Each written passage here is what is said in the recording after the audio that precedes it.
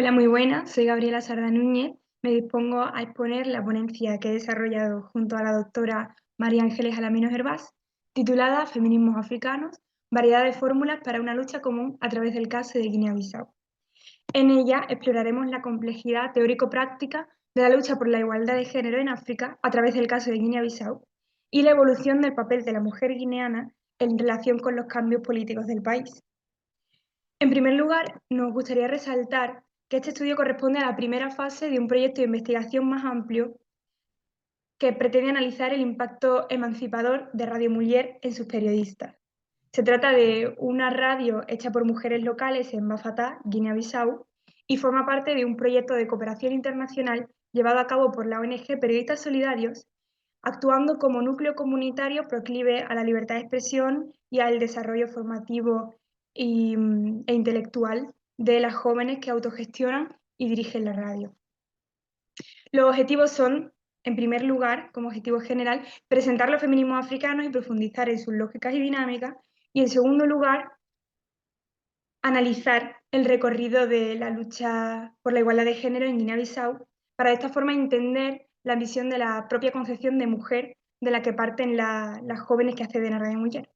En cuanto a la metodología que hemos seguido, consiste en llevar a cabo un análisis cualitativo que en este estadio se centra en revisar la literatura y abordar el estado de la cuestión de nuestro estudio de caso.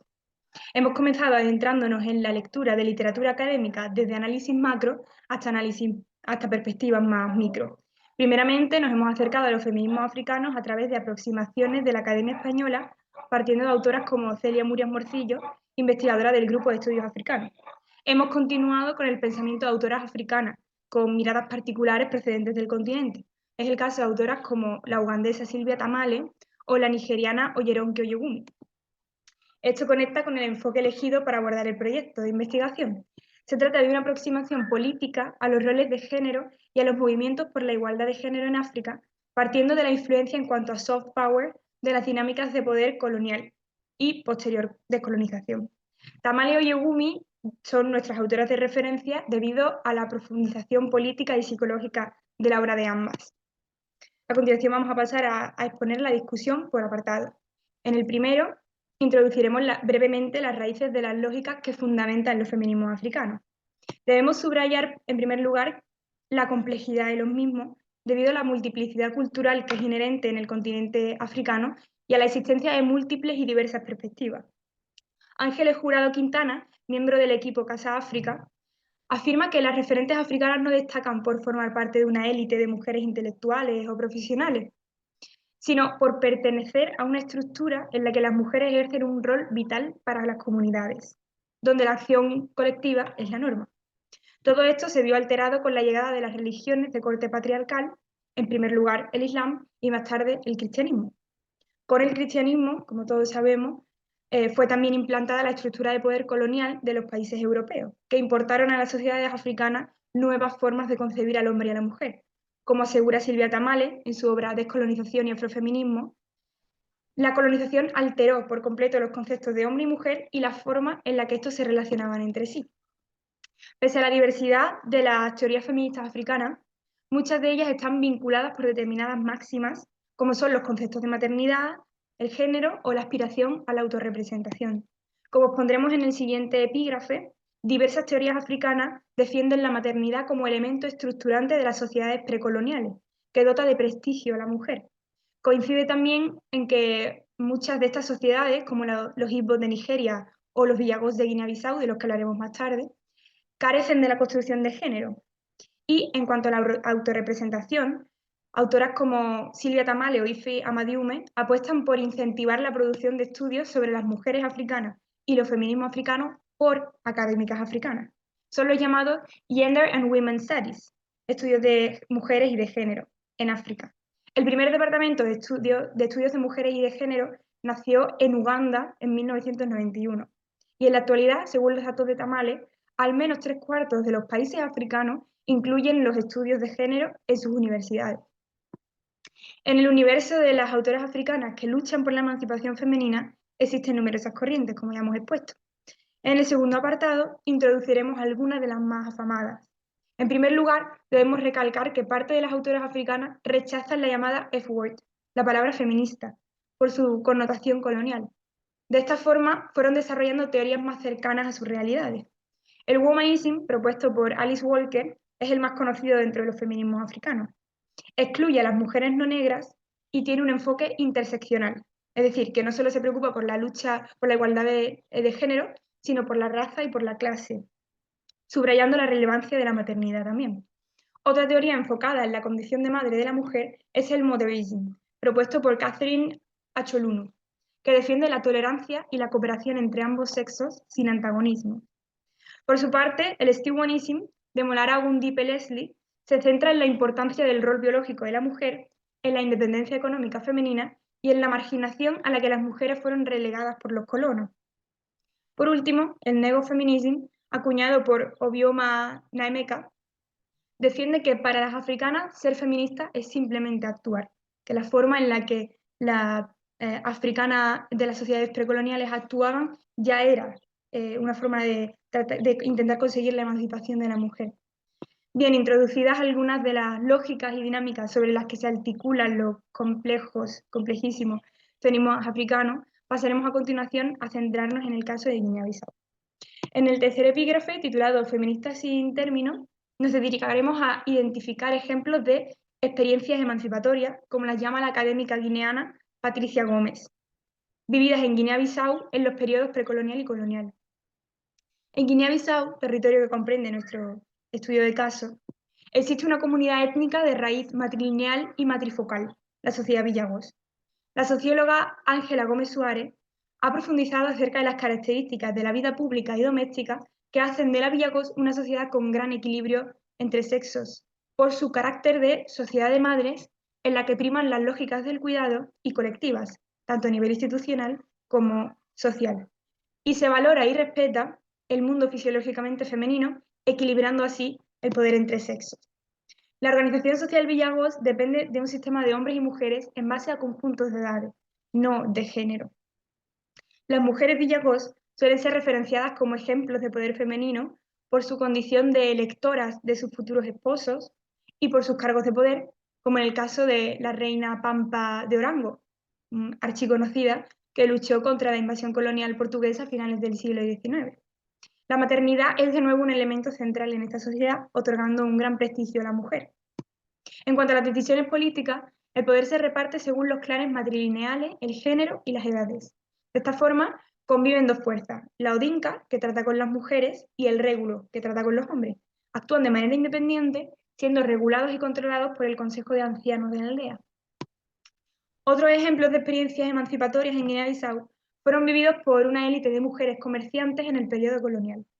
Estas mujeres, casadas o hijas de comerciantes extranjeros, caboverdianos o europeos, se dedicaban a establecer vínculos entre estos y las autoridades locales, además de adoptar los roles de comerciantes cuando sus esposos fallecían o regresaban a sus países. En su investigación sobre el papel de las mujeres en el comercio precolonial de Guinea-Bissau, Philip Havik hace referencia a 5 mujeres guineanas que jugaron un rol vital en las relaciones políticas y económicas de Guinea-Bissau entre los siglos XVII y XX. Muchas de ellas fueron enjuiciadas por brujería por la Inquisición portuguesa, como fue el caso de Cristina Pérez en el siglo XVII. Otro de los casos significativos fue el de Rosa Carballo de Alvarenga, hija de un terrateniente y comerciante caboverdiano, que ocupó un papel destacado en el mantenimiento de paz entre las etnias locales y los comerciantes extranjeros. Finalizamos este apartado destacando las figuras de dos de las ñaras, que es como se llamaba a estas mujeres comerciantes de Guinea-Bissau, más influyentes de Guinea-Bissau en el siglo XIX, Julia da Silva Cardoso y Aurelia Correia.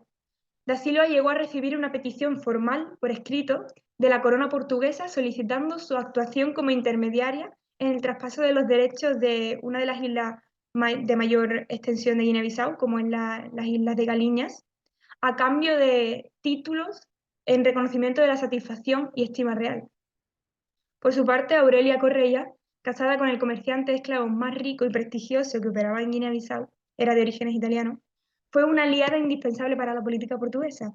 De hecho, ella era la que controlaba los terrenos y factorías de su marido en las Islas Villagos. En el cuarto apartado abordamos el papel fundamental de las mujeres guerrilleras en la lucha por la independencia de Guinea-Bissau. En este contexto, entre los 60 y los 70, emergieron las bases del movimiento feminista politizado de Guinea-Bissau en medio de la lucha armada. El Partido Africano para la Independencia de Guinea-Bissau y Cabo Verde, el PIS, liderado por Amílcar Cabral, tuvo como una de sus premisas la emancipación femenina. El mismo Cabral afirmó: nuestra revolución nunca será victoriosa si no conseguimos la plena participación de las mujeres. Cabral perseguía la unión de todos los ciudadanos guineanos más allá de grupos étnicos y de sexos. Así habla de una causa común. En 1961 se creó en Guinea-Conakry la Unión Democrática de las Mujeres de Guinea-Bissau y Cabo Verde, con el objetivo de concienciar y educar políticamente a las mujeres para que fueran capaces de ejercer el rol de captación de recursos materiales y financieros para la lucha armada. El papel de las mujeres en la lucha armada fue fundamental y estuvo basado en los cuidados sanitarios de los heridos y en la sensibilización de las personas en las zonas rurales. Sin embargo, las mujeres procedentes del mundo rural fueron excluidas de la posterior conformación del Estado independiente, lo cual provocó varias tensiones entre las mujeres. A partir de la década de los 80, la representación de las mujeres en la vida pública de Guinea-Bissau mejoró, aunque en la actualidad el porcentaje de mujeres aún queda estancado en un 14%. Es por esto que las demandas de las mujeres guineanas en la actualidad se articulan alrededor de las tres dimensiones alrededor de las cuales se desarrolla la desigualdad de género en Guinea-Bissau: redistribución, reconocimiento y representación, que vamos a desarrollar en este último apartado. Las llamadas por nosotras 3 Rs, basándonos en los análisis de las académicas guineanas Nain Tremsanca y Patricia Gómez. En primer lugar, con redistribución se refieren a la dimensión socioeconómica. Sanca observa que los primeros obstáculos que impiden a las mujeres acceder a la vida pública se encuentran en problemas socioeconómicos que influyen directamente en las oportunidades de obtener una educación formal. El otro de los obstáculos es el reconocimiento. Una diplomática entrevistada por Sanca, cuyo nombre permanece anónimo, afirma que uno de los principales desafíos de la mujer es el de conseguir que se reconozca su mérito y su cualificación. Se queja de que mujeres con más cualificación que algunos hombres dejan de acceder a puestos de relevancia pública por su sexo. La tercera dimensión de las reivindicaciones se centra en la representación femenina en la vida pública de Guinea-Bissau. A través de la red de mujeres parlamentarias de Guinea-Bissau, los movimientos de mujeres reclaman cuotas del 40% de representación femenina en las estructuras de dirección de los partidos políticos. En 2018, de hecho, fue aprobada una ley de paridad, según la cual el gobierno debe garantizar al menos un 36% de representación femenina en las instituciones. Entre otros de los logros más celebrados por las guineanas se encuentra el establecimiento de la Agenda Común de las Mujeres, centrada en la lucha por la representación femenina, la mejora de las condiciones sociales y económicas de las mujeres y el fin de ciertas prácticas culturales ancestrales como los matrimonios forzados o la mutilación genital femenina, de la cual se desarrolló una ley en 2011. Nuestras conclusiones preliminares, ya por ir terminando, van en la línea de las observaciones de las académicas guineanas acerca de las problemáticas que articulan las desigualdades de género en Guinea-Bissau.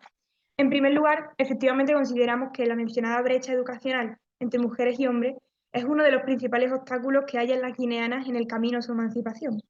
Esto conecta con el proyecto que da sentido a esta investigación cualitativa, como es el análisis del impacto de Radio Mujer. La ratio, de hecho, pretende reparar los desequilibrios formativos e intelectuales que impiden el desarrollo profesional de las mujeres en Bafatá. En segundo lugar, identificamos también la dificultad de reconocimiento de la cualificación femenina como otro de los escollos.